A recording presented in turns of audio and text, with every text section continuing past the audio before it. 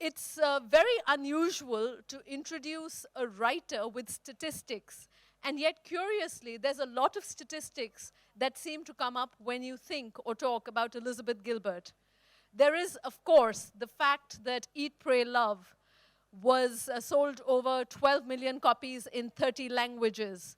There is the fact that it became a #1 bestseller on the New York Times list for over 200 weeks, and that may only be when I stopped keeping track. It may have been there for well longer. There is the fact that the film version that starred Julia Roberts grossed over $175 million, and she out-famous Julia Roberts at the end of it. There is the fact, of course, that not just her books, but the fact that her TED Talk has now been viewed close to 19 million times tells you that Elizabeth Gilbert has something to say that we all not just want to hear, but need to hear. There are other statistics. Eat, Pray, Love had a measurable impact on the GDP of Bali. Think about that for a minute. What does it take? When was the last time you heard of a book having a measurable impact on the GDP? God knows we could use some of those books in this country right now. But there is, of course, the fact that Time put her on the 100 most influential people in the world list. Oprah put her on the list of 100 influencers and leaders. And yet, the story of Elizabeth Gilbert does not begin when we discovered Elizabeth Gilbert with Eat, Pray, Love. She had long been a highly accomplished writer by then. She had her first 3 books, because Eat, Pray, Love was her 4th. Her first 3 books were not only critically acclaimed, they won her nominations for a Penn Hemingway Award, for a National Book Award in the US. They were on the US Notable Times, on the New York Times list of notable books. And all of them told stories that were singular. All of them told stories that have gone on to define how many people, often a generation, thinks. Elizabeth Gilbert is a phenomenon, but Elizabeth Gilbert is more than the phenomenon of Eat, Pray, Love. And with her new book, which is both a novel, but also possibly as or more revealing than her memoir, we have a fascinating place to start this conversation from. It's an absolute privilege to have her here in India, and it's an absolute privilege that she made the time to do this conversation this evening. May I invite on stage Elizabeth Gilbert.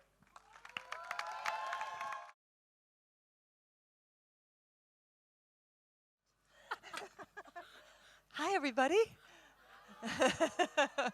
Liz, welcome to Gurgaon.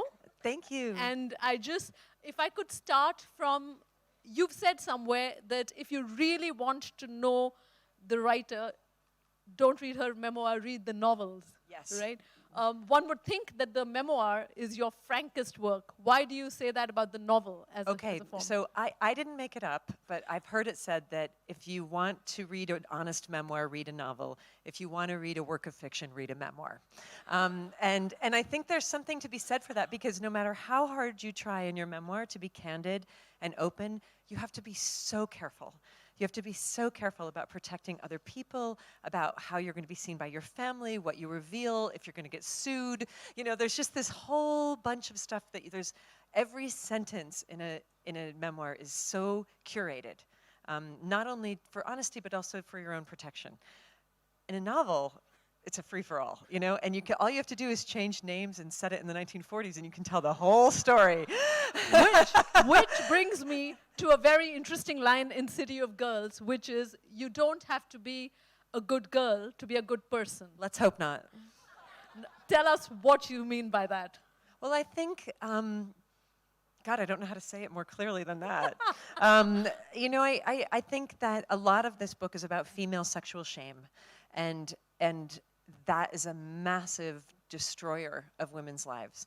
And some of it is about the sexual double standard between men and women. And some of it is about the shame, not so much about the sexual act itself, but the harm that you might have caused other people by your own behavior, which is also, I think, a very common human experience and a common female experience. And I think what I meant by that was merely that you can make errors in your life. Thank God. You can make errors and still be, at your essence, a decent, loving, kind, well-intentioned person who's trying to just trying to find your way through the incarnation of this life with no instruction manual. And by the end of your life, if you've managed to be seasoned into a woman who is wise and compassionate, you can look back at your younger self with some mercy and say, she might not have been a good girl, but she was at the heart a very good person. And City of Girls, which is your new book, and I just want to talk about that before we open the conversation out to other themes. You said, I think, that you wanted to write a book that's light and crisp and fun. This may be in history the first time a writer has undersold their book rather than oversold it, because this book has a really strong moral center, right? As you mentioned, you're talking about not just female sexual agency, but the whole idea of learning to be who you are. I think you say somewhere in the book that at some point a woman just gets tired of being ashamed of who she is, and then she can start being who she really is. Was there a moment like that in your life before which you had felt uncomfortable, if not ashamed, with who you were, and then the moment at which you felt you were finally beginning to be the person you were always meant to be? I don't think it's a moment. I think it's a process. And I don't think it's a moment for anybody, unless you're very lucky and you're one of these people who has an instantaneous, transcendent moment of liberation, where all of a sudden you see the entire perspective of your life with total grace and compassion, and you never suffer again, in which case I cannot wait to take your seminar. But if you're like the rest of us, then learning how to befriend yourself, which is actually the verb that I prefer to love yourself, because I think that there's a lot of cheap talk about learning how to love yourself that I don't think has any particular meaning. I think it's a very difficult and very high aspiration. But what has changed in me gradually, very gradually, and it's still happening, it's still a work in progress. Over, I would say, the last 30 years, the evolution has been from me being somebody who could barely stand to be alone in her own company without incredible discomfort and agitation, to somebody who has become such a good friend to herself. So the way I see it now is, like, Liz and I have been together now 50 years.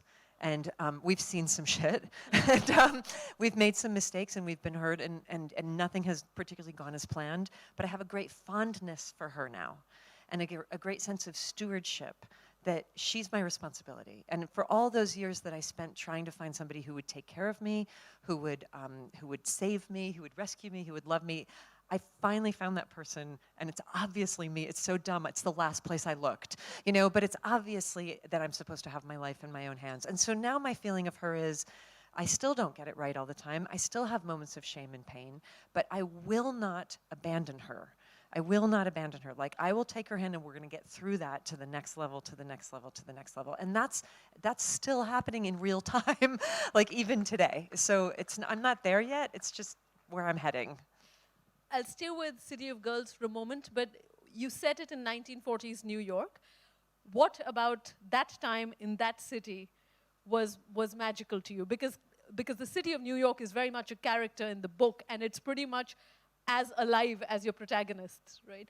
Yeah. What was that fascination with that time and that city? Well, it was two things. One is, I think New York City in 1940s between the wars is one of the most impossibly glamorous moments in the world. It's like Hollywood in the 20s or something. You know, it's just this moment of this great explosion of creativity. I wanted to write about the theater world, and that was the height of the theater world, the music world, the jazz scene. Broadway at that time was its own creature, its own spirited, vivid creature.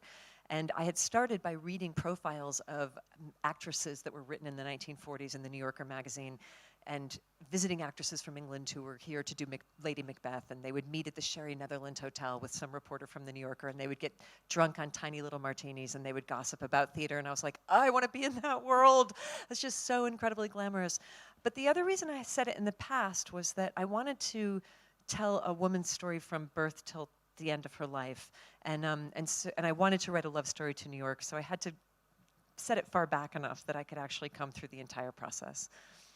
To the writing itself, and to writing itself, you said, I think in your TED talk, that of course it is your profession and has been for most of your life, but it's also your love and your fascination. What about writing has gripped you this way all your life? And what does writing do for you that absolutely nothing else did? I'm so glad you asked. So people often ask me when I decided that I wanted to be a writer. I never decided, I just always was one. And I started being serious about it, really taking my career seriously when I was about 7. Really, I'm not even kidding. That's one more thing she has in common with our previous speaker. He started to play chess seriously at 6. And please do not let that stop anybody in this room from starting something at 30, 40, 50, 60, or 70, because there's other things in my life that I've started later, and that's absolutely fine. Don't let that, it's not closed. I'm just a freak. And I grew up in a house where we didn't have a television, and I didn't have any neighbors my own age, and there wasn't a lot else to do. So my sister and I were both very avid readers, and we were very avid writers, so it was always my escape. But when you asked what it gives me that nothing else gives me, I will say that, is that fireworks? Yes. Is that for me, you guys?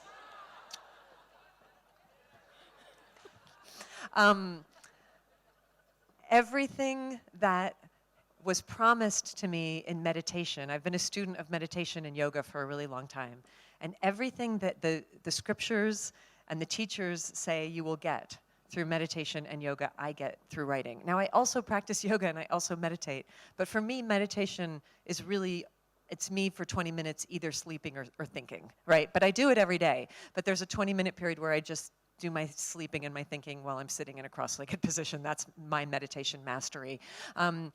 Writing, the process of writing, while I am engaged, there's no one in the world who enjoys my books more than me. And when I mean that, I mean the engagement with it, the creation of it, the actual moment of writing it, alone in a room with a project, alone in a room with these ideas, alone with these characters, is the happiest that I can be in my life. Because what happens is that I'll have hours during the day where I get to forget that I exist. And that is the greatest vacation that a human can have, is a vacation from their own identity, right? Which is what yoga and meditation promise you. We're gonna get you out of the prison of the self where you're just thinking about yourself all the time, which is the definition of suffering. But when I'm writing and I'm losing myself in this world, I can look up and 3 hours have passed and I forget that I am a human being. And that is a truly divine gift. So for me, I don't just see it as a creative practice, I see it as a spiritual gift. You've many people's relationship with what they do changes after failure. Yours changed rather spectacularly after success, and not just success, but success at this kind of almost cosmic scale. What happened? What was unexpected for you after the wild success of Eat, Pray, Love? A, did you ever think it would be that kind of cult success? But I did. You did? I did. I'm just surprised the others haven't. No, I didn't. Nobody would think, unless you were insane or a narcissist, nobody would think that it's just insane. And so when it was as successful as it was, Yeah. what did that do that was, of course, good, but what did it do that kind of threw you? Well, the good thing was the sense of communion with female readers from all over the world, and that remains the really good thing. And the lasting amazement to me is that there's an expression now, there's a term now that exists in the world where a woman will say, I'm having my Eat, Pray, Love journey right now, or I'm having an Eat, Pray, Love moment right now. And it's a shorthand where we now all understand exactly what she's talking about. And that's so cool because that didn't exist before, because women going on journeys alone is a relatively new idea. The idea of a man going on a pilgrimage, of a man going on a journey has been around forever, but the idea of a woman leaving everything behind and going off on her own to find out who she is, to have her own Siddhartha journey, we didn't have a term for that. Yeah. And now we do, and it's called my Eat, Pray, Love moment. And I think that is so incredible. So a lot of times women will come up to me and they'll say, 10 years ago I went through or they'll say, the other shorthand, they'll say, I'm on the bathroom floor right now. And I think anyone who knows Eat, Pray, Love knows what that is. And that usually ends with me just putting my arms around her and saying, it will end, it's going to be okay, it's going to be better, in a few years your life will be better. So I love that sense of a shorthand communication with a woman's emotional journey, and that I get to be part of that. That's the coolest thing, and it remains the coolest thing. The difficult thing was how to write the book that comes after Eat, Pray, Love.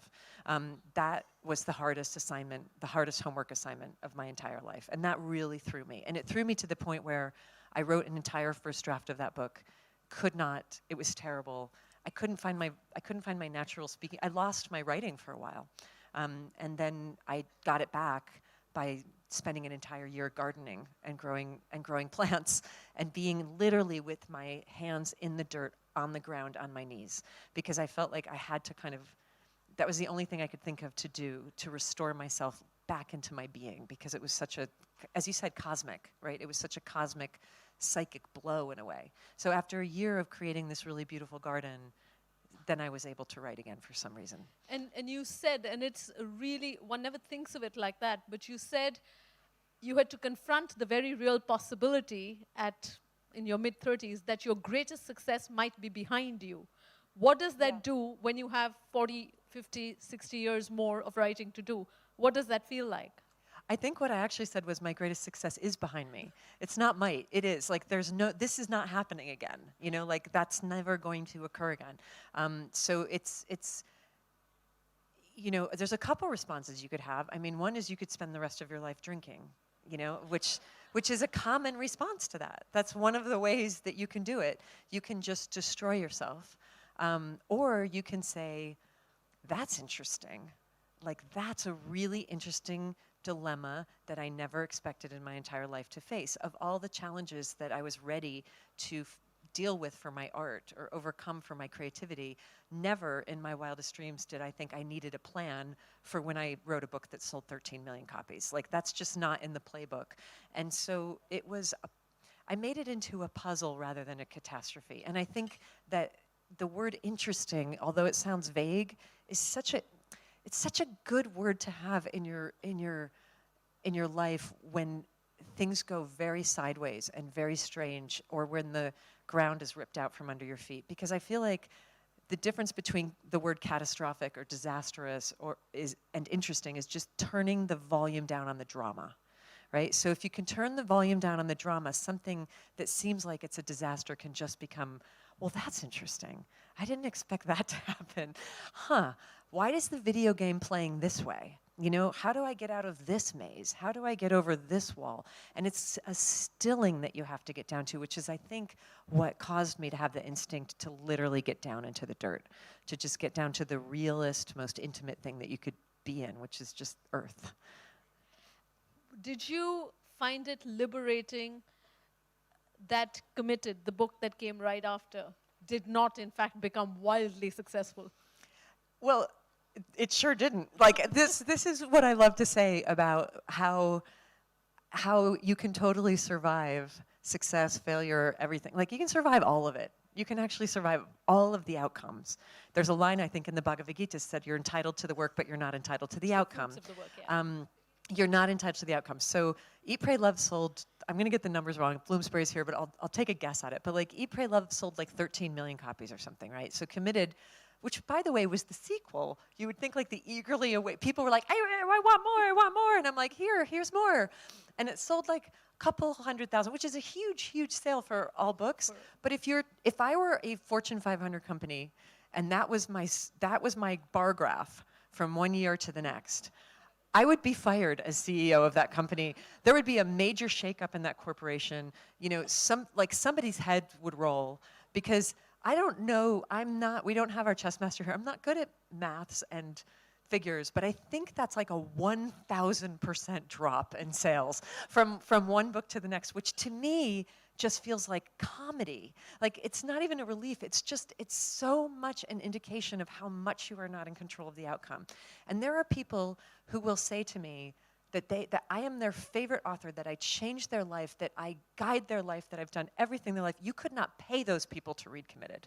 You know, like they will not touch it. They will like cry in my arms when they see me on the street and say like, I named my baby after you. And I'll be like, do you want to read Committed? They're like, no, I'm good, I'm good, you know? You know, I'm like, did you want to read my novel? No, I'm all right, but I love you so much. You know, and to me, it's just like, this is how futile it is to try to control your image. Like, this is why I think like image controlling branding stuff is so mentally ill, because you cannot control what people think about you. You cannot make people want what they do not want, and you cannot make people not love what they love, and you cannot force any of this stuff. So for me, the great liberation is not so much that this one did well and this one did badly. The great liberation is, thank God I just like making this stuff, and I'm just gonna keep making it, and you're all invited to come along with me or not. You can come, you can stay, we're all free, right? That's the kind of great liberation. There's something that seems to suggest, and it's evidenced by the fact of people coming up to you and saying this women come. You understand the female tribe that seems to come through. Have you always had a particular affinity with women? Or what is it about women that draws you? And I know that you've had a fascinating relationship with men, which we'll come to in a minute. But what is it about women that has always drawn you, or that led you to kind of create this safe space for other women? Honestly, I have not always had that intense relationship with women. In my 20s, I was one of those women who would have called herself one of the guys and pride herself on that, and would pride herself on not being like one of those emotional women, and like really thought that the measure and the sort of standard of being cool is if men like you, right? Error. Men are great, but that's absolutely not the standard of being cool. But that's how I felt. I grew up where I really admired the men in my family more than the women. They were really funny. They were really smart. They seemed a lot more free. I wanted to be more like them than I wanted to be like the women who seemed to be constantly in service of the men, right? So the idea of a woman's life didn't look very appealing to me. I did a lot of that, and I was a boy crazy. Could I ask you to just hold the mic? You can? Is that better? Yeah. More like a karaoke kind of mic? Absolutely. Should we? And I wrote for men's magazines in my 20s. Most of my books were about men. I was known as a woman who was very sympathetic to men. And I still have a great sympathy to men. I think it comes from having a father who I loved very much. But when I melted down at the age of 30 because I could not sustain the lies that I was telling about my life, and the truth will out, and the truth just came out, and there's that great line that, I think Gloria Steinem just wrote a book, right? The truth will set you free, but first it will piss you off. And David Foster Wallace said, the truth will set you free. I like his version better. The truth will set you free, but not before it's had its way with you. Right? That's what happened to me when I was 30. The truth had its way with me, and it's brutal. And I had an awakening. And the people who guided me and held me and took care of me through that were my female friends, and were that clan. And that's just grown now over the last 20 years. And then I think I wrote Eat, Pray, Love very much for women, and that sort of began there. But I'm a late bloomer when it comes to being connected to women. I'm afraid to say. I wish I had figured it out sooner. Your relationship with love is possibly amongst the most open, both open in experiencing it, but also open in talking about it, of any public figure that I have encountered. Because for some reason, we tend to not just hold love to be private, but almost something to be afraid of sharing. You starting with your first marriage, and when you wrote Eat, Pray, Love at the end of that first marriage, and then your second, and your relationship after that with Rhea, you have been open about love at every stage of your life. Why is that so? Did it always come naturally to you? I don't know. I'm just like that. I think I'm not a very private person, obviously. And when I wrote Eat, Pray, Love... You did say somewhere, I'm like a golden retriever. Yeah, right, exactly. I mean, I could maybe use a little bit more filtering, but I'm not suspicious of the world. I don't see the world as I truly do not see the world as something I have to protect myself from. I see the world as something to be explored and enjoyed and engaged with and communicated with. And so I think my instinct is this, right? This is my natural posture when I go through the world. It's not like, what is that person trying to get? What are they trying? And that's something that's been tricky about being well known, is that I've had to learn how to be a little bit like this, and it's weird and it's scritchy for me. But it's comfortable for me to do that. And I also feel like anything that I can do to make somebody else's journey feel less crazy to them, to make somebody else's desires feel less crazy to them, to make somebody else's anything, to make somebody else's divorce feel less crazy to them, to make somebody else's changing gender of falling in love with someone else feel less crazy. Why would I not? Why would I not share that when the options that most women are given for what constitutes an honorable life are so narrow and so slim and so restrictive? If there's anything that I can show that will make you feel more free, then why in the world would I not tell you about it? What is it that having your heart broken has taught you about love that falling in love didn't? Falling in love doesn't teach you anything about love. Any fool can do that. You know, everyone's falling in love story is the same. I mean, having your heart broken, you know, a breakdown can be an opening. I mean, Leonard Cohen said it the best, you know, there's a crack in everything, that's where the light gets in. And for me, the beginning of my spiritual journey came from a broken heart. And I think a lot of people's beginnings of their true self can be born out of that brokenness. It's almost like our hearts can be like those. I mean, if you're very lucky, then maybe you meet somebody when you're very young and it turns out that they're your soulmate and you spend all these years together. And as my sister says, and then the ultimate dream, you die together in your 80s in a fiery car crash and it's perfect. You know, like you never have to have your heart broken. Nobody loses anybody. It's, just get, and very few people have that. For the rest of us, it's a much more complicated journey. And I think that for some of us, I believe in a friendly universe. I believe that everything that happens to me is a gift for my awakening. Everything is being given to me because the universe wants me to be free and wants me to be free of shame and wants me to understand love. And sometimes it has to play rough to just get your attention and to actually kind of break you open. And I think of those trees in the American West and also in parts of Australia where the seeds can only germinate after a forest fire. You know, like there has to be like a total destruction in a wasteland for these particular seeds to be able to crack open. Only fire can crack them open. And I think that's what heartbreak has been in my life, because every single heartbreak that I've had has brought me closer to God, closer to self, and closer to peace. Weirdly, I wish there was a gentler way. Every time I pray, I'm like, can we do this in a gentler way? And they're like, no, because you are too dumb. And we're going to have to just keep stomping on you until you wake up. You know, so that's apparently how it comes to me. Other people might get their enlightenment in a softer way. It's just not been my path. The word freedom occurs frequently in both what you say, but also in how you write, I think. What does freedom mean to you? What is that quality that to you signifies being free? I think it used to mean to me doing whatever you wanted. So I tried that. I tried that in my 20s, but that actually didn't bring, it looks like freedom, and at times there are moments where it feels like freedom, but it didn't turn out to be freedom. It turned out to bring its own consequential suffering, so that didn't work. I think that even then I thought, as I got more mature, I thought freedom meant autonomy, right? So freedom is not depending on anybody for anything else. That's a good guess. But that's not quite it either, because that can be its own prison, and also none of us are autonomous. We're a species that absolutely cannot do without each other, so connection is incredibly important.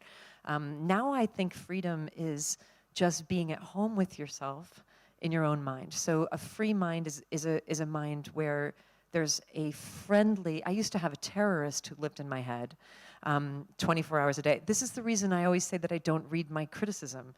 I don't read the criticism of and reviews about my book, because I have that guy already living in my head.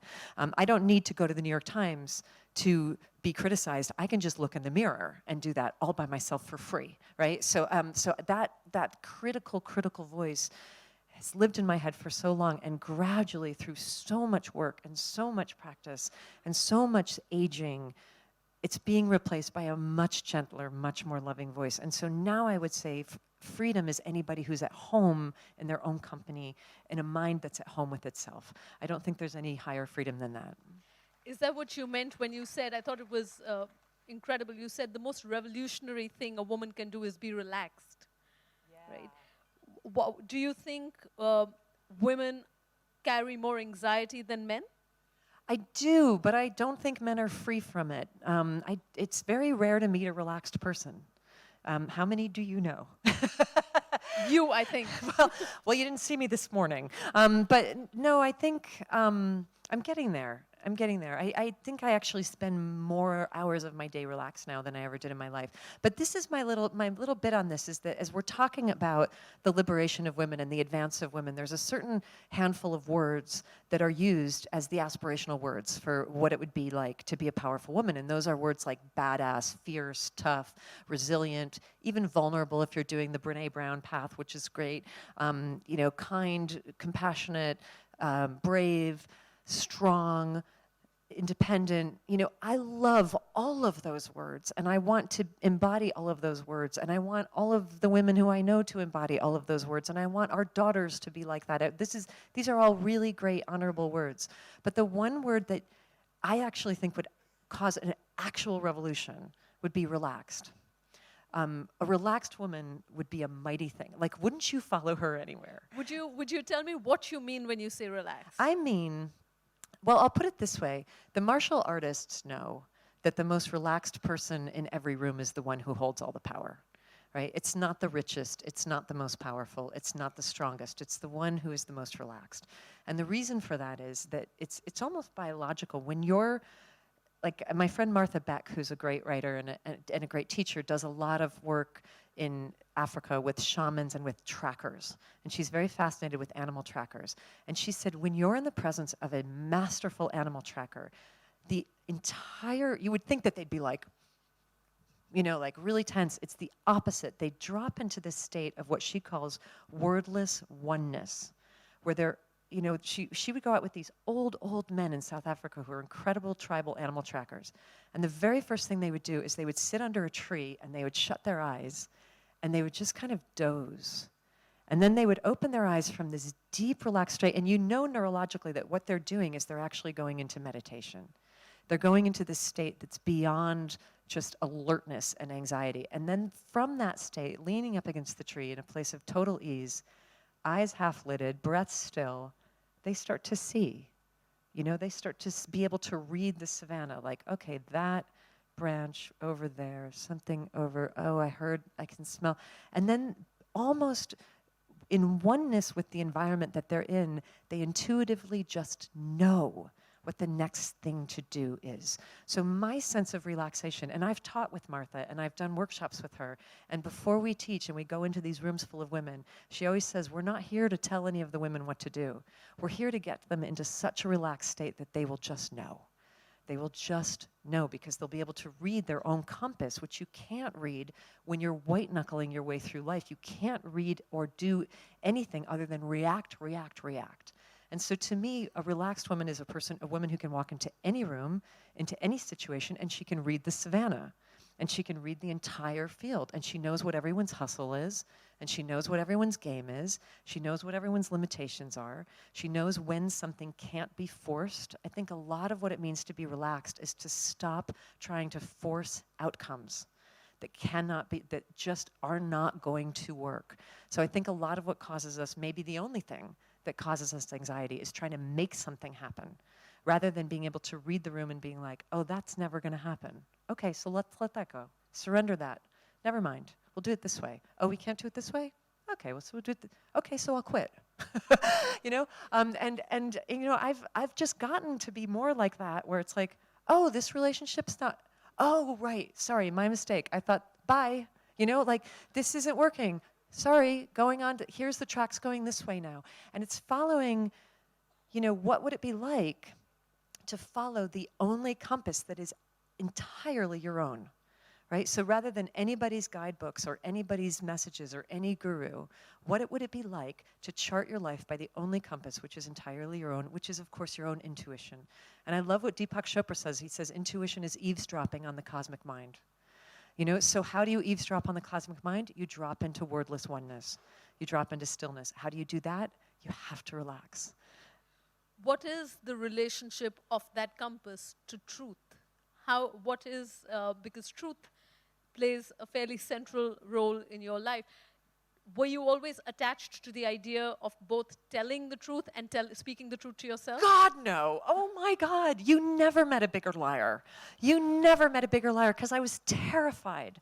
I lied all through my childhood. I lied to protect myself. I lied all through my adolescence. Give us a sense of what kind of lies. What were the kind of lies? Anything I had to do, anything I had to say to make you like me and to make you not be angry at me and to not get in trouble, I would do. Absolutely anything, no matter what the consequences, you know, like no matter what and one of my favorite examples of like, when I was a waitress, there were these guys who I worked in this Italian cafe in New York, and there were these guys who were from Colombia, and they all worked making the coffees, right? And I remember one day it was really busy and the place was slammed, and there was this guy named Fernando, and he was so lovely, and he always wanted us to be happy, the waitresses. He did all the coffees, all the different espressos and cappuccinos. He's a barista, that's the word I was looking for. And I went up to him, and there was trays and trays of all these different coffees and cappuccinos and espressos that he had made. And I just pointed to one and I said, Fernando, is this the decaf that I ordered? Is this one the decaf? And I watched him look into my eyes for what I wanted him to say. And he said, yes. And it was so obvious that he had no idea. That's what I was like. You would ask me a question, and I would look deep into your eyes to be like, does she want it to be decaf? Or anything about my life. What do I need to say to make it safe in this moment? And that's the wrong place to look for the truth, right? And so all it took was just years of consequences of that for me to be like, maybe it's a little easier for me to actually look into here for the truth rather than into here for the truth, or like what you want it to be. And I learned a lot of that from being best friends with Rhea for so many years before she was my partner, because she was an incredible truth teller, fearless truth teller. And she was my real guru on that. And she had a great line that was her epic quote where she said, "The truth has legs. At the end of the day, it is the only thing that is going to be left standing in the room.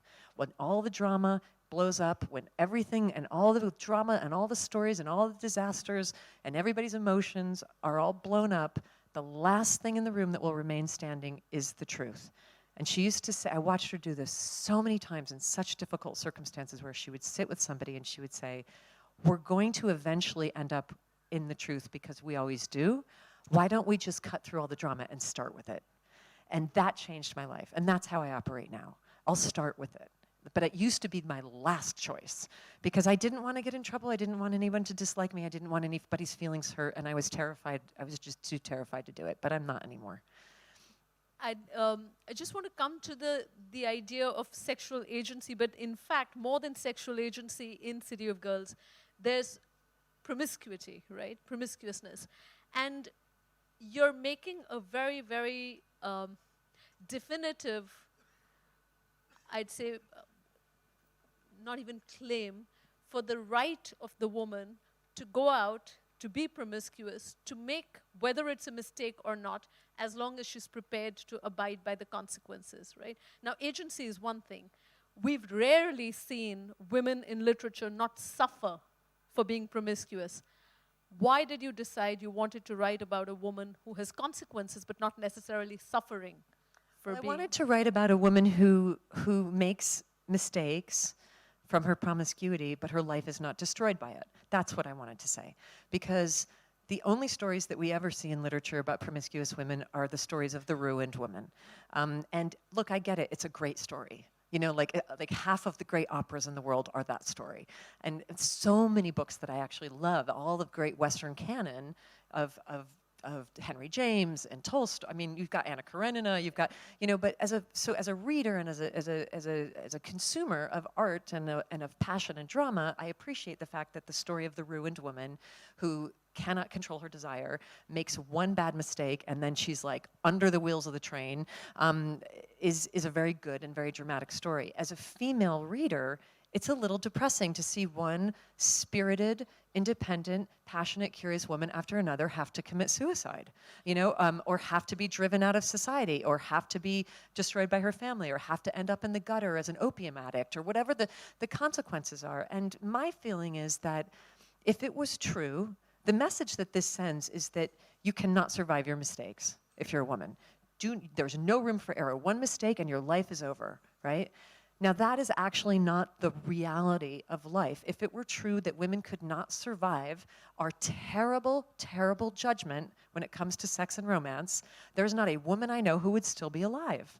You know, like, we can. You can actually survive it. You can make ghastly, terrible, stupid decisions, and you can survive it. You can survive your divorce. You can survive being cheated on. You can survive your shame at cheating on somebody. You can survive all of this. It doesn't mean it's ideal. It just means that you're doing your very best. We're humans. You make errors, and you get to make those errors. And then if you're gentle to yourself and friendly to yourself, by the time you're a wise old woman like Vivian in this book, you will look back at your younger self with a great deal of not only compassion, but a sense of wit and humor, like, oh God, look at her. Like, look what she was doing. And that's the story that I wanted to tell, because I think it's more accurate to what real women's lives are like. I also want to come to your 2015 essay in the New York Times, which was Confessions of a Seduction Addict. And you spoke of being addicted when you were young to the idea of seducing someone. What was it about seduction that drew you, rather than not romance, not even just sex, but seduction itself? What was the appeal of seduction? I don't know if I can even explain why that made me high. But it was definitely my version. I was never a substance user, but that was my high. And I don't know whether I can get to why that and not cocaine, Sure. Why that and not alcohol, why that and not gambling, why that and not driving motorcycles really fast. Like, all of us have, not all of us, some of you are all lovely, gentle, lovely people, I'm sure, but many of us have ways to chase the dragon, you know, to chase that dragon, the adrenaline. And I sort of know the science, the biological science, but that goes around seduction. And it really is literally you're getting high. Your mind is literally under the influence of drugs, and you don't even need a pusher for it. Your body's creating it, your brain is creating it, and it's a combination of oxytocin and dopamine and adrenaline, and a certain sort of steroid hit that you get. And it is hot, you're high, you're flying. And I loved that feeling. And I didn't want it once, I didn't want it twice. I wanted it as often as I could find it. And the problem is, like every other drug, there's the come down. And the come down is serious. And it's not just serious for you, it can have impact on other people. And so there was a sort of battle that was going on in me between the innate, decent, compassionate, loving, respectful, lovely human being and the addict who just wanted a hit and another and another and another. And that's, if anyone here is lucky enough to be an addict of any sort, you know exactly what I'm talking about. I was a lovely, decent, compassionate, kind person, except for when I was in my addiction, and then all of that went away, and it was just about, you know, riding that dragon and getting the thing, getting the hit, getting the boost. How did you come out of that? Enough pain, you know, that it's a wake up that just says you can just keep doing this, and ending up, it's so funny, I go back to Rhea because she was a heroin addict, and she used to say she quit so many times and went back so many times and quit so many times, and she said, you know, it never mattered how glamorous or wonderful the moment was when the relapse began, or when you started, when the first hit came. So she said, I could start my cocaine and my heroin in the most beautiful setting, in the fanciest restaurant, at a gorgeous party in a penthouse filled with models and music. It always ended the same way, with me, you know, in a public bathroom, degraded, shaking, sick, and violated and self-abandoning. And that's how it was for me with this too. It didn't matter how beautifully and sexy and gorgeous it started, it always ended on the bathroom floor. And I think anything that we do again and again and again in our lives that puts us back on that bathroom floor, which is why I get it when people come up to me and say, I'm on the bathroom floor right now, you know, that's like, you've hit your bottom, and you can decide, I can keep doing this, I can go do more research on whether this works, or maybe it's time to live a different way. So you've mentioned Rhea a few times, and I'd like to talk about her, if you would. Would you tell us, I don't know how many people are familiar, but Rhea was Liz's best friend for 17 years, yeah. And she was diagnosed with pancreatic cancer, terminal pancreatic cancer. her diagnosis was also the moment when Liz realized that she didn't just love Rhea, she was in love with her. You turned your life around in the matter of a week. You ended your second marriage. You decided you were going to be with Rhea till the very end, and then you were.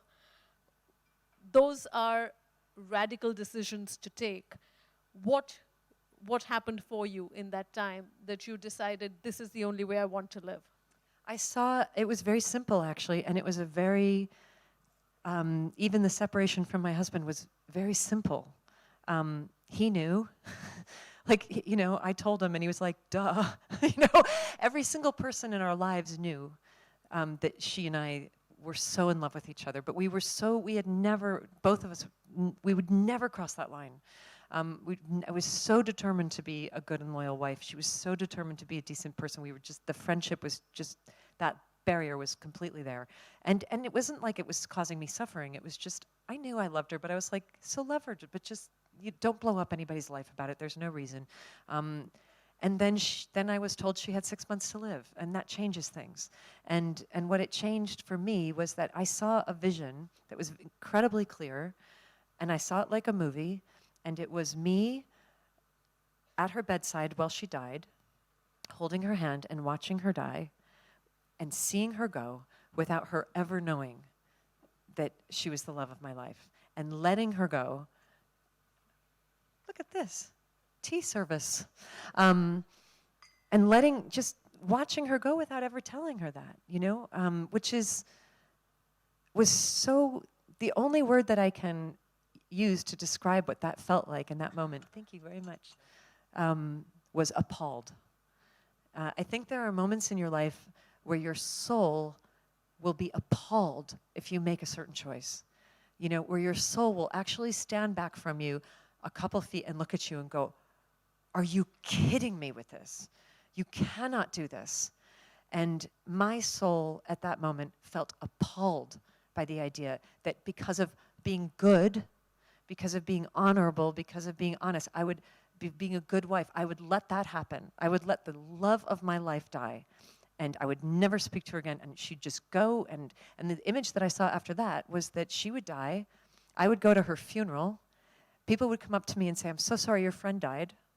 And I'd be like, yes, thank you, it's very sad to lose a friend, you know? And I would go home to a marriage that was never going to work again after that. It was never gonna work again because Rhea was gone. And that was also an appalling image. All I saw was what looked like a post-apocalyptic landscape that I would live in for a very long time after that. Flatline, gray world. And I could not let that happen. And the first conversation, once I saw that, the next conversation that I had was with my husband. And I loved him so much, and I respected him so much, and I love him and respect him to this day. But there was no way that I could know that and see that and not instantly talk to him about that. That's the kind of relationship that I couldn't have that information without him having it. We had such a close and loving and respectful partnership. And that conversation lasted all of 30 minutes. And by the end of that 30 minutes, we had solved the entire situation of the marriage ending, which shows me that it was actually the right and correct direction of destiny. Nothing can go that smoothly if it's not actually the course that it's supposed to go. And he, with tremendous honor and the most dignity that I have ever seen, the most dignified man I have ever met in my entire life, the grace in that moment is, I can't even describe. Excused himself from the story and allowed me to go and take care of Rhea in that way. You spent the next 2 years being Rhea's primary caregiver till she passed. That was, you've said at once, a period of just incredible joy to finally be together with the love of your life, and grief to watch her go. How did you navigate those two emotions at once? We often think of them as being subsequent to each other or at two different stages in your life. How do you navigate joy and grief every day alongside? Not gracefully. You know, like I don't want anybody to think that I handled that well. You know, like it's not like Rhea died and I was like, nailed that. Boy, I sure did that well. Like, messy business. Love and death are messy, complicated affairs. And her death was particularly messy. messy's not even the word. It was brutal because the disease itself is brutal. It's a soul-destroying, pancreatic and liver cancer it's a brutal way to die. And she was young and she didn't want to die. So there was tremendous grief and pain on her part and rage. And she was really, really enraged because she'd finally gotten what she wanted. She had been very quietly, politely being in love with me for 15 years. And finally, she has what she wanted. And it's like, okay, you can have this for a minute, and now you have to die. So there was a tremendous amount of pain in her part about that. And she was an addict. And once the pain got so severe with the cancer, there was only one treatment that would possibly take that pain away, and that was opioids. And she went on opioids, and she went right back into her addiction. So that was something that she hadn't expected, and it wasn't something that I had expected. And so we had 18 months together, but for a good 5, almost 6 months of that, I was living with somebody who was in her opioid addiction. So which will make you homesick for when someone just had cancer. You know what I mean? Like, if you've ever lived with an addict, that is, cancer's a walk in the park. Addiction is a disease of the soul and the spirit and the heart, where cancer is just a disease of the body. So that all had to be navigated. It was the most brutal thing that I have ever gone through in my entire life, and I would not have missed a minute of it. I would not have changed it for the world. It was the best decision that I ever made. There was no place else in the world I could have been other than at her side through that entire thing, and I can say that with no doubt and no regret whatsoever. We're going to open this up to questions, and the lights will come on, mics will go around. Before we do that, I do want to touch on the absolutely phenomenal work you have done telling people to go find their passion, but their curiosity rather than passion and genius. And you have a wonderful way of putting it, which is that everybody doesn't have, you say everybody doesn't find their genius, you have a genius. Why did you decide to talk to people who struggle with creating about this? And what is it that you were trying to free them from? Very few things break my heart more than when somebody says, I don't have a creative bone in my body, or I'm not a creative person, or I used to be a creative person, or I'm not good at that, or I'm not invited to that. It just kills me because it's so not true. Creativity is the hallmark of the human species. This is the thing that distinguishes us from all the other life forms on Earth, is this abundant creative urge. The problem is that our cultures have narrowed what that definition means, and they've created a creative class that you only get to be in, if you were trained a certain way. This is why I was like, don't worry about the fact that I've been writing since I was 7. It doesn't matter. It literally doesn't matter. It just happened to show up that way for me. But especially in America, very early in life, people their creativity is taken away from them, and they are told, this doesn't belong to you. This only belongs to a few people who are very special. This isn't yours. There's an elitism that has absolutely soul-crushed so many people, because creativity is something that will make you happy. It actually really will. And the evidence of that is that every single child does it naturally. Every single child, it's instinct. Every single child sings. Every single child dances. Every single child draws. Every single child creates stories and plays. Every single child builds things just because it's fun. So it's not like you dump a pile of Legos in front of a 6-year-old boy and he says, you know what, I'm not a creative person. Or my best work was really when I was 5. And, I don't really know what I'm supposed to. No, they're like, rah! Like they just get in there and they're like, it's just this natural thing. And most people stop. Most of you, if I went around and I asked you, at what age did you stop drawing? At what age did you stop singing? At what age did you stop dancing? You would be able to tell me. And a lot of times it's because somebody criticized you. A teacher said, a lot of people who had teachers say to them, when we're singing, we're going to need you to go in the back because we don't want anybody to hear your voice. And I recently sang with a man who is 60 years old, and he had not sung since that day. So his entire life, I was like, never in the shower when you were alone, never in the car when you were alone. She had shut him down so hard that just shut. And I was like, no, we're doing that today. So we went to karaoke and we sang together, because you get to have your voice. And the example that I like to give of why creativity is innate is I always think of my ancestors. So my ancestors were Swedish immigrant farmers who came from Sweden to northern Minnesota, one of the coldest places, one of the harshest climates in America, to be dairy farmers. These were Protestants, these were Methodists, these were Scandinavians. These are the most pleasure-fearing people that you could ever meet in your entire life. These are people out of a Bergman movie. These are people who, like, so suspicious of joy, so suspicious of light, so suspicious of color. Even their food had no color. Their houses had no color. Like, these were not frivolous people, okay? These are my people. This is who I come from. My mother's family in Minnesota. My grandmother and my grandfather were both artists. They never would have said that they were. And this is 1930s, during the Depression, during the Dust Bowl. But they both spent their evenings making things by hand in order to relax and be happy. They had no free time. They had no money. They were always bankrupt. They were always on the edge of losing their farms. But they never stopped making things that were superfluous. This is why the art instinct is so deep. They would sit, they would have their dinner, and my grandmother would sit there and make her quilts. And my grandfather would sit there and he would work with his metal work that he was doing. And my grandmother's quilts, okay, now it's pragmatic to make a quilt.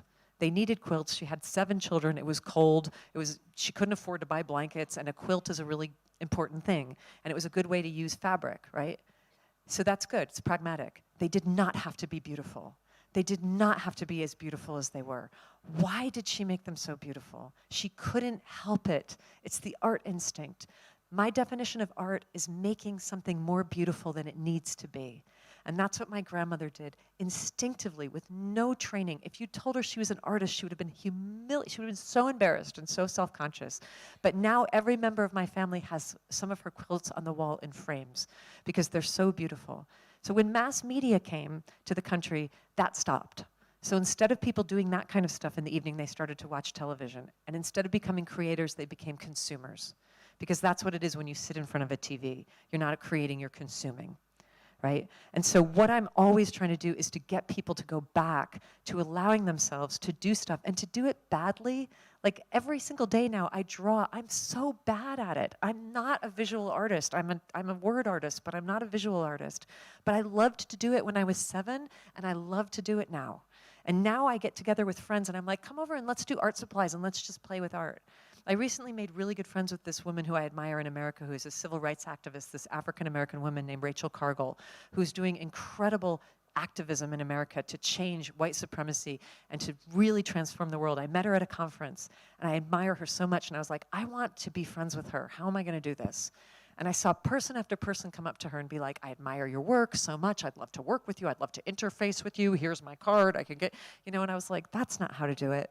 And I walked up to her and I said, do you like to color and draw and play with art supplies? And she just said, yes. And I said, do you want to come to my house and color someday? And she was like, yes. And I honestly might as well have said, can you ask your mom if you can come over? And we did it. She came to my house. We didn't talk about racism. We didn't talk about civil rights work. We didn't talk about white supremacy.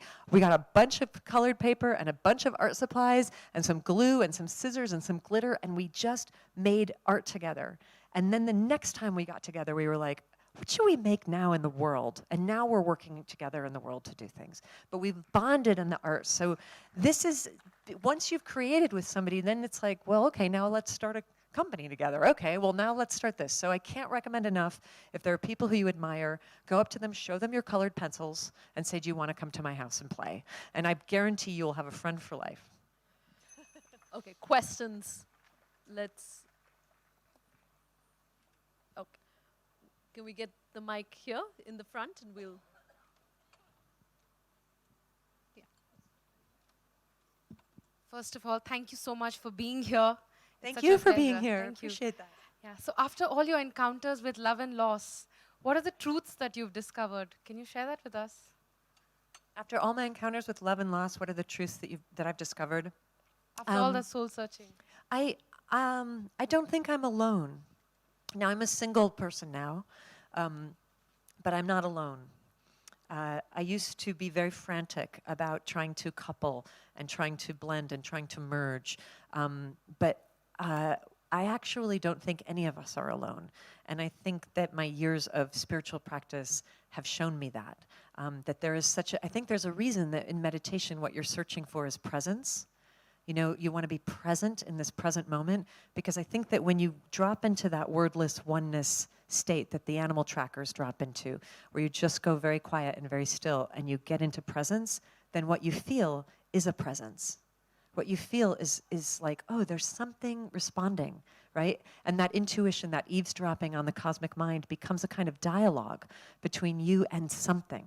And I don't know what that thing is, and I wouldn't dare to say what that thing is, but it's here. And it's with me, and that's the most important relationship of my life. And that's the relationship that I hone. I can't control whether people live or die.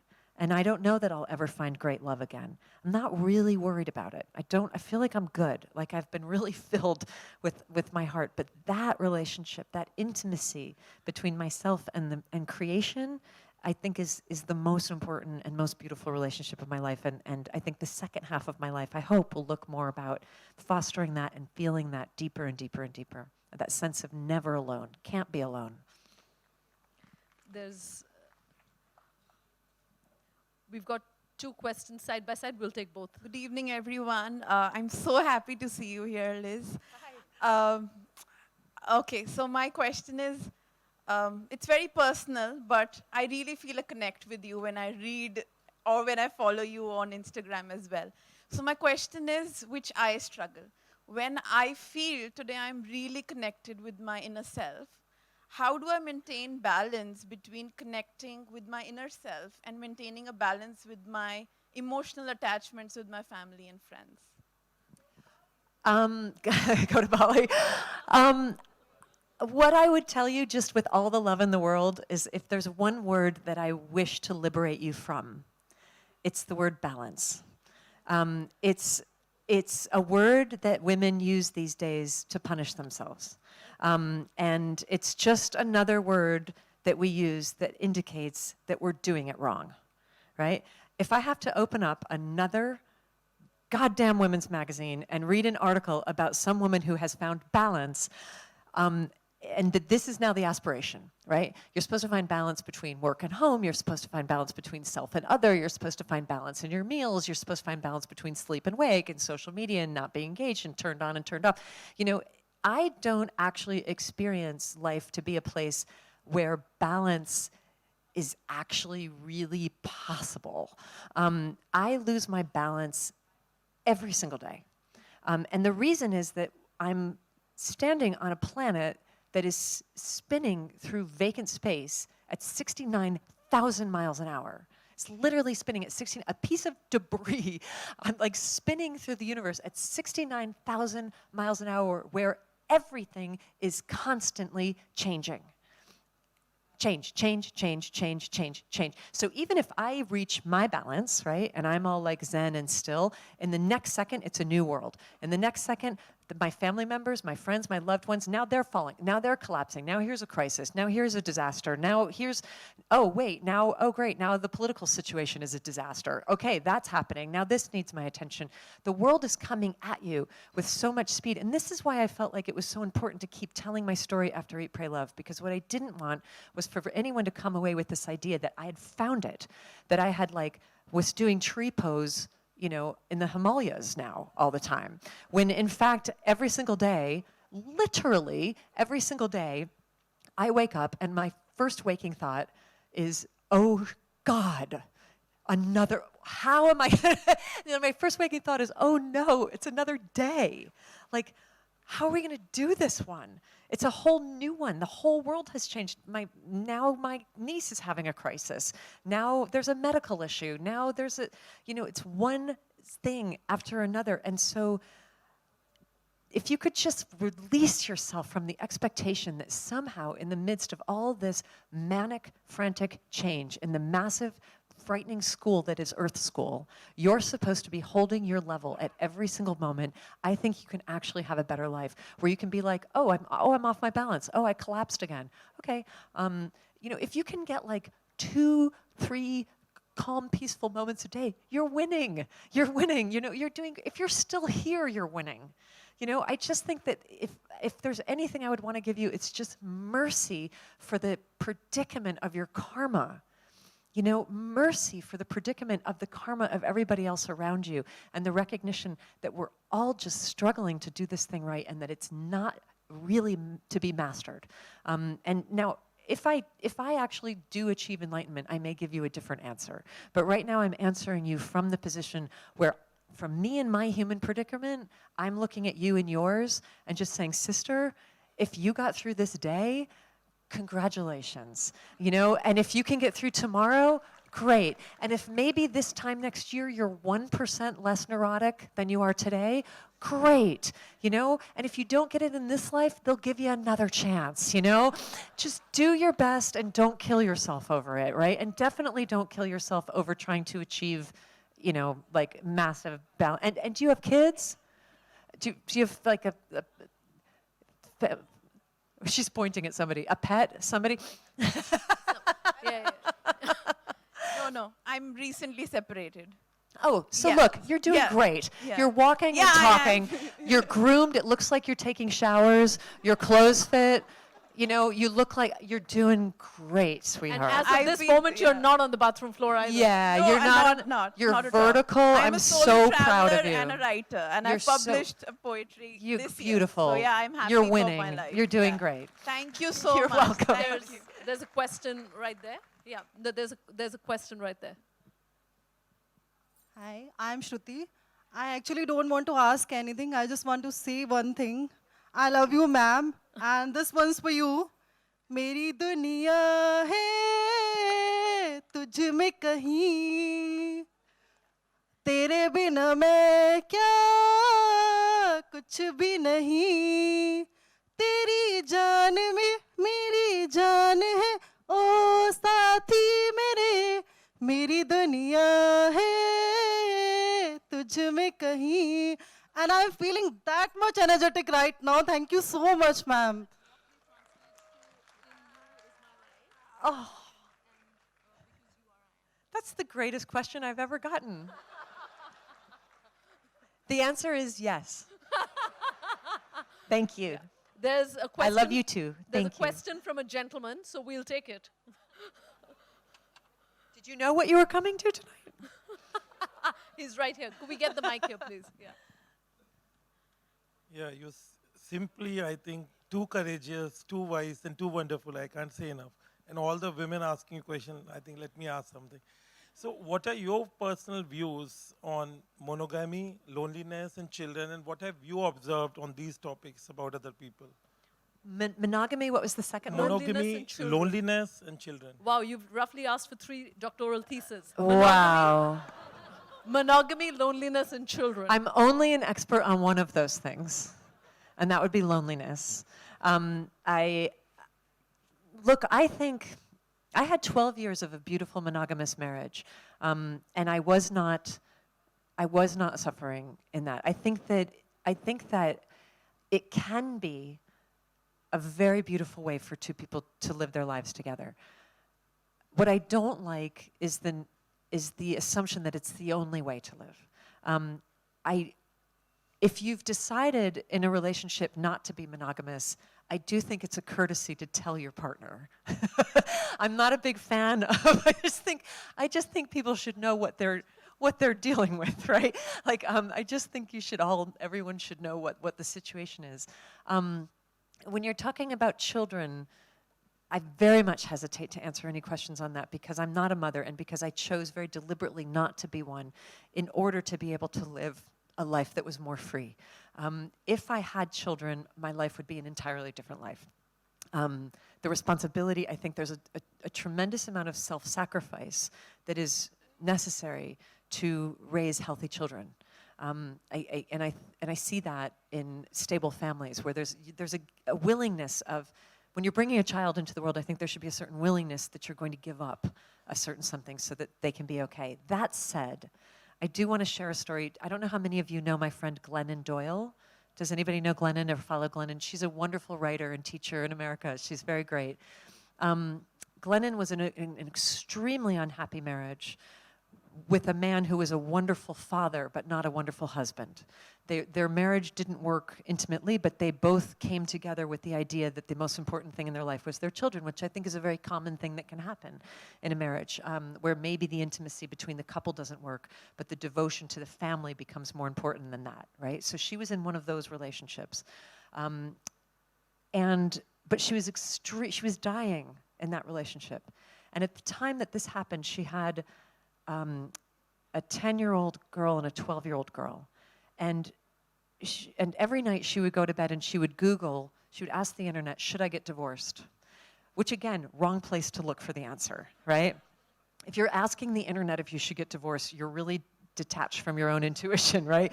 Like that question has to come from someplace else. But she was so suffering, she was so struggling.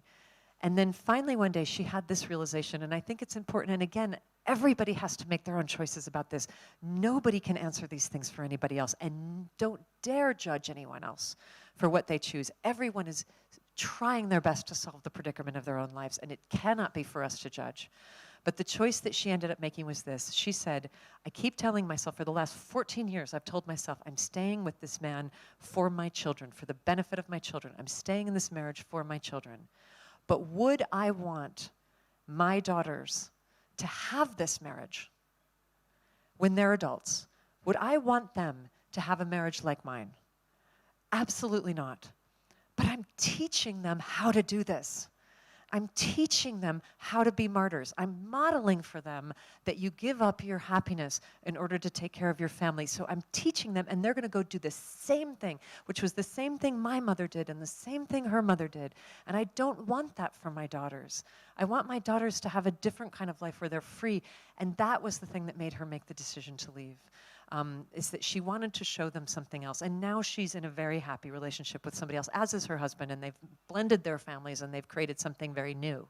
But that's another way to see it. So this whole story that we've been taught forever, that you have to sacrifice yourself for your children, it might just be teaching your children how to grow up into adults who don't believe that they have the right to be happy because they saw you not being happy. Maybe. Once again, please take that with 1,000 caveats. I am not a parent. I have nothing but respect for parents. I can barely keep a plant alive. I am not the person who you want to come to for any advice about family stuff whatsoever. But thank you for your question, and I'm really glad. How easy is it to be alone? Easier by the year. When I was in my 20s, nothing scared me more than being alone, and now very few things scare me more. You know how there's that expression FOMO? Fear of missing out. I have this new one now, which is fear of being invited or fear of being included, which is like, please don't make me come to that thing. Please don't make me, my time alone is now my precious, precious possession that I love so much. So, but that's taken a long time to get to that point.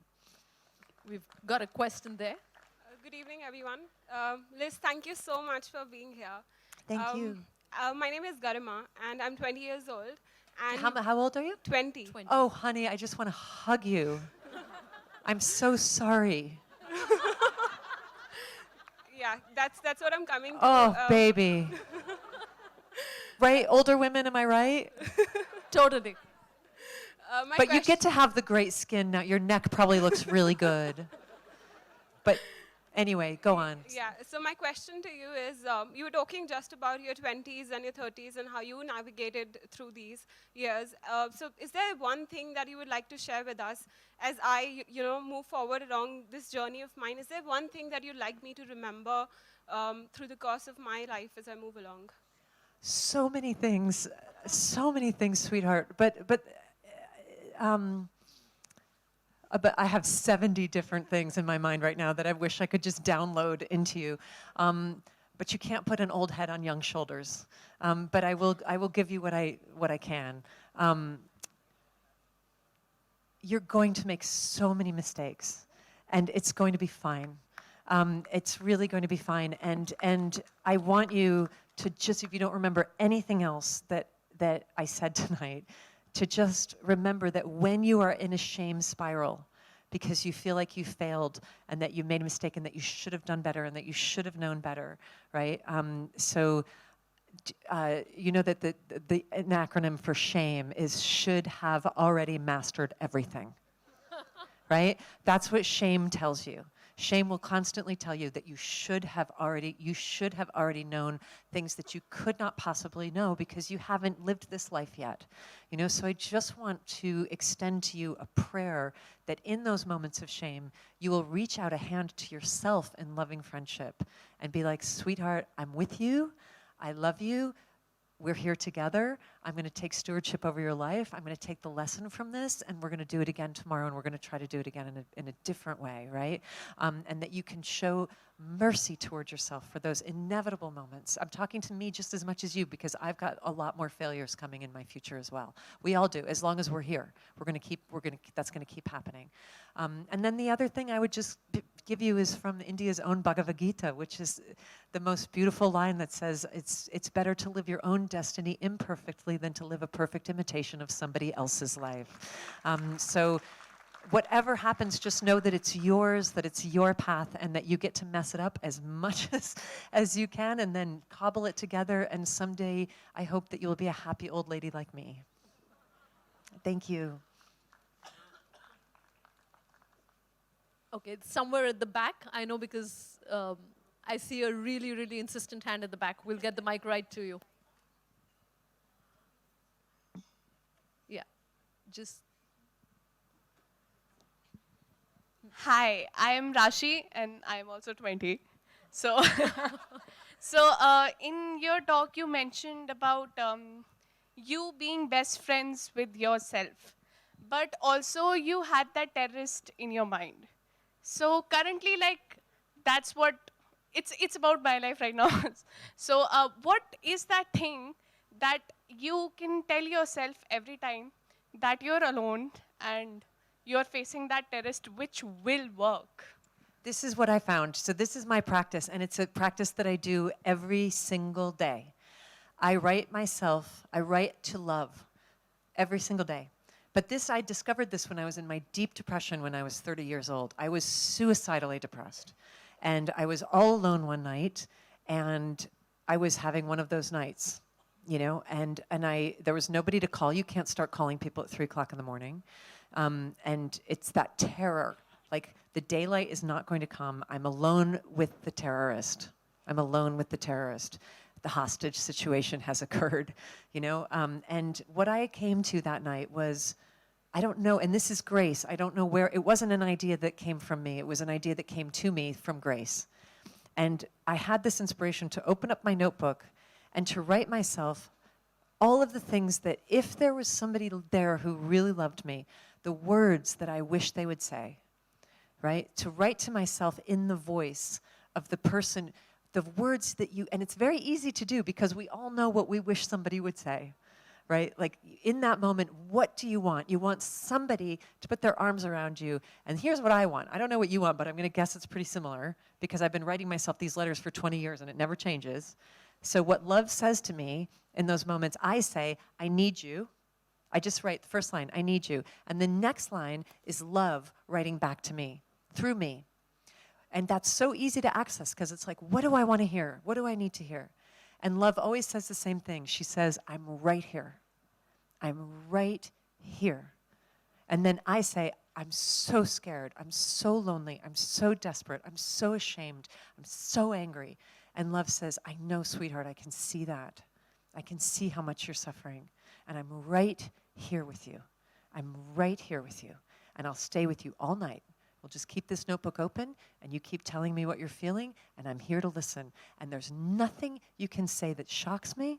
There's nothing you can say that alarms me. There's nothing that you can say that would ever make me distance myself from you.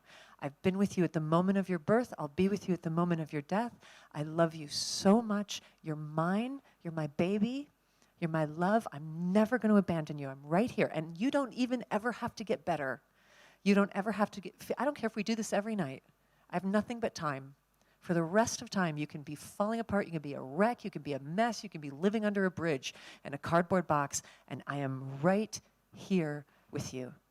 And that's the conversation. I do this every single day. I open up my journal, and I write, I need you, and I write whatever I'm feeling that's difficult, and then love tells me, right? And the thing that's really interesting about this dialogue, because it's 20 years I've been doing this, I sometimes ask love for advice. Love doesn't give advice. Good thing to know, everybody. Love doesn't give advice. So I'll say to Love, when I'm in a crisis, I need you to tell me what to do. And Love will say, sweetheart, I actually don't know. I just know that whatever it is that you decide to do, I will be right with you through it, be right here with you. And times are that I'll get really stressed because I need to know how something is going to turn out, a terrible disaster in my life. And I'll say to Love, tell me how this is going to end. Tell me what's going to happen. And Love says, I'm sorry, honey, that's not my department. She says that to me all the time. It's not my department. I can't predict the future. But I love you and I'm right here with you. And I'll be with you through the entire thing. And at one point, I got so frustrated and so angry because I kept asking Love for answers, and Love couldn't give me answers. And I said to Love, if you can't tell me what to do, and you can't tell me how this is going to end, what good are you? And Love said, I'm company with you in your darkest hour. That's my purpose. I'm just here to be with you because you're suffering. And that does it. That takes the terrorist away. And when Love comes in the room and Love says, I'm here now, right? Then there's this dialogue where the terrorist is like, she's a piece of garbage. And Love's like, she's mine. Let the girl go, right? It's like the hostage negotiation. Let the girl go. She belongs to me. And it puts the terrorist out of the room till the next time, right? Till the next time. I'll be doing this practice for the rest of my life, I expect. But the really amazing thing about doing this practice with myself is that now I'm capable of sitting in a room with people when they are acting out in all kinds of ways, because I've been able to sit in the room with myself when I'm acting out. So now when I'm in the room with somebody who's falling apart or somebody who's really angry, I can actually just be Love in the room with them. Just presence. Like Jack Kornfield, the great Buddhist meditation teacher, says whenever he sees somebody acting out in a way that would be typically called bad behavior, like having a temper tantrum, crying, being selfish, being greedy, he looks at them and he has a name for that person. And that is me on a different day, right? That's just me on a different day. I've done all of those things, right? So now I'm not so scared anymore of other people's anger, of other people's sorrow, of other people's frustration, because I've just sat in the room with it myself in my own head, right? And when Rhea was dying and it got to the point where there was nothing left that anybody could do to help her, and I couldn't take her pain away and I couldn't take her dying away, there was only one thing left for me to be, and that was love in the room. Just love in the room. That's all I could be. I couldn't solve it, couldn't fix it. And I just wanted her to know that when she looked up and she saw a face, love was in the room with her. And that's all I want to be anymore. I don't have bigger ambitions than that. I just want to learn how to always be love in the room. So that if I'm on an airplane and that airplane is crashing and there's somebody next to me and I just take their hand, I'm like, looks like we're going down, I want that person's last thing they see is a loving face. Like, I want that to be who I get to be, right? But if I can't do that with me, then I can't do that with anybody else. And I bet you that every single one of you in this room in this room that is the open sky, wants very much as an aspiration to learn how to practice universal human compassion, right? Don't you want that? Well, universal human compassion that doesn't include compassion to the self is not universal. There's a big gaping hole in it. You want to practice universal compassion, you practice it on yourself, and that's the hardest place to do it because you know what garbage you are. You know what you did. You know how lazy you are. You know how much you embarrassed yourself. You know how much you failed. You know all of it. And love says to me, I know everything you did. I know everything you failed. And I love you because you belong to me, because you're my baby. You're my sweetheart, and I'm not going home without you. I came into this world with you, and I will take you out, and I will be with you the whole time. And when I say that what I've learned is that never alone, that's how. And it's a practice that anybody can do. It's not hard. This writing that I do every morning, it's not fancy literary writing. It's the writing of a desperate human reaching out to the cosmic love force and saying, is it going to be okay? And she says, it's going to be okay. It's already okay, because I'm right here. Okay, that's literally all we have time for. There are pre-signed books. Liz is not signing tonight. There's a lot of people. There's a lot of books. But she has already signed copies, and they're available at the bookseller. Liz, thank you for being here. I have one last question. Yeah. I was not going to ask about any specific man at all, but I do want to know, what do you think of Donald Trump? Obviously, I just love and admire him so much. He's so great. Honestly, when I'm in my agitated paranoid, terrified state, I think he will usher in the end of the world. And I think he's history's greatest monster. When I'm relaxed, I think there's a possibility that he might be the great awakener. He has exposed an underbelly of American life that he didn't invent. He's just showing us that it's there. He's a symptom of that. He was created by that, and he's manipulating that very well. I know you guys don't know anything about this in your own country. And he's politicized an entire generation of young people who I actually think are going to come. And I think that the monster is always the most dangerous before it's killed. And I think when I'm calm, I believe that he is the last angry, violent, white nationalist, ugly monster that is going to be killed by all these young people coming up in this new multicultural society. And it's going to not go down without a fight, but they're coming for him. That's what I think when I'm calm, and otherwise I'm terrified. Thank you so much. Thanks so much. Thank Liz, for you, being here. everybody. Thank you. Thanks, everyone. Thank you. And I'm going to ask you very politely and with all the love, if you could not come at me, I actually have to get back and to sleep because I've got almost another more month of traveling. And I know that some of you have books and you want to take pictures and you want to tell me stories. And I'm just going to just beg you to show grace and just let me slip out of here and know that I love you and I care about you. And if you could give me that, I'd be so grateful. Thank you so much.